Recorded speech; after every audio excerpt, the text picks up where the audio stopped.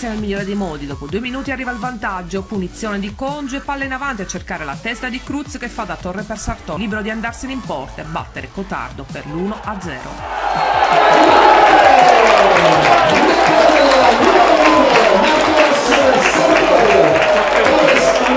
Al decimo arriva il pareggio ospite, da calcio d'angolo tutto troppo facile per Isla Mai che può colpire solo a centro area per l'1-1.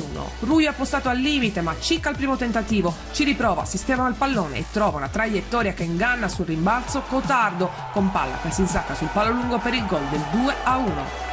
Palla in aria, tanta confusione prima del tocco ravvicinato di Pozzebon che sigla il pari al 27esimo.